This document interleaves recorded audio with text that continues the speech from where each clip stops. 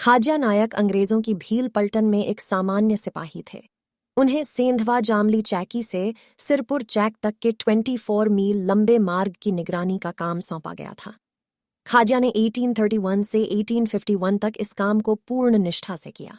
एक बार गश्त के दौरान उन्होंने एक व्यक्ति को यात्रियों को लूटते हुए देखा। इससे वह इतने क्रोधित हो गए कि बिना सोचे समझे उस पर टूट पड़े। इससे उस अपराधी की मृत्यु हो गई।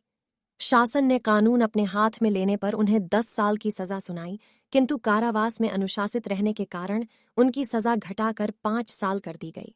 जेल से छूटकर उन्होंने शासन से फिर अपने लिए नौकरी मांगी, पर उन्हें नौकरी नहीं दी गई। इससे वह शासन से नाराज हो गए और उनसे बदला लेने का सही समय तलाशने लगे।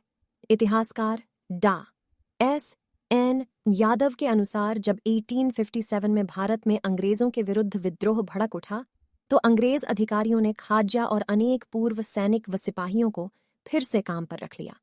पर खाजा के मन में अंग्रेज शासन के प्रति घृणा बीज तो अंकुरित हो ही चुका था। वह शांत भाव से फिर काम करने लगे, लेकिन अब उनका मन काम में नहीं लगता था।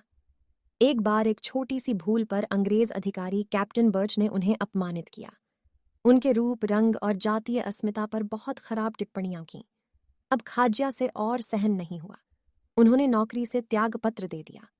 उनके मन में प्रतिशोध की भावना इतनी प्रबल थी कि वह बड़वानी, मध्य प्रदेश क्षेत्र के क्रांतिकारी नेता भीमा नायक से मिले, जो रिश्ते में उनके बहनोई लगते थे।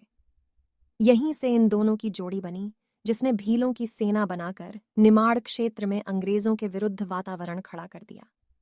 भील लोग शिक्षा और आर्थिक रूप से तो बहुत पीछे थे, पर उनमें वीरता और महाराणा प्रताप के सैनिक होने का स्वाभिमान कूट कूट कर भरा था। जब एक बार ये अंग्रेजों के विरुद्ध खड़े हो गए, तो फिर पीछे हटने का कोई प्रश्न ही नहीं था।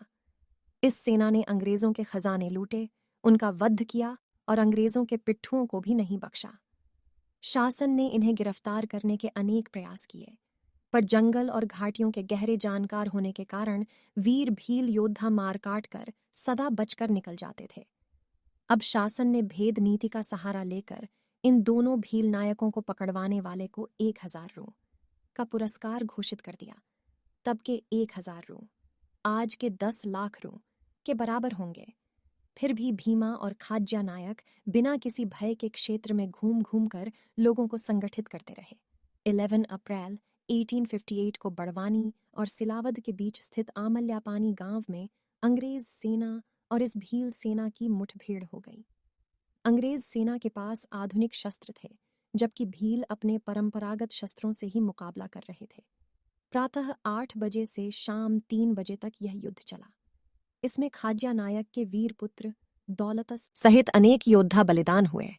आज भी सारा निमाड़ क्षेत्र उस वीरों के प्रति श्रद्धा से नत होता है, जिन्होंने अपने राष्ट्रीय स्वाभिमान के लिए प्राणाहुति दी। आपको यह कहानी कैसी लगी कमेंट में जरूर बताएं, और मेरे YouTube चैनल पर नए आए हैं तो जल्दी से चैनल को सब्सक्राइब करें। मिलते हैं अगले वीडियो में।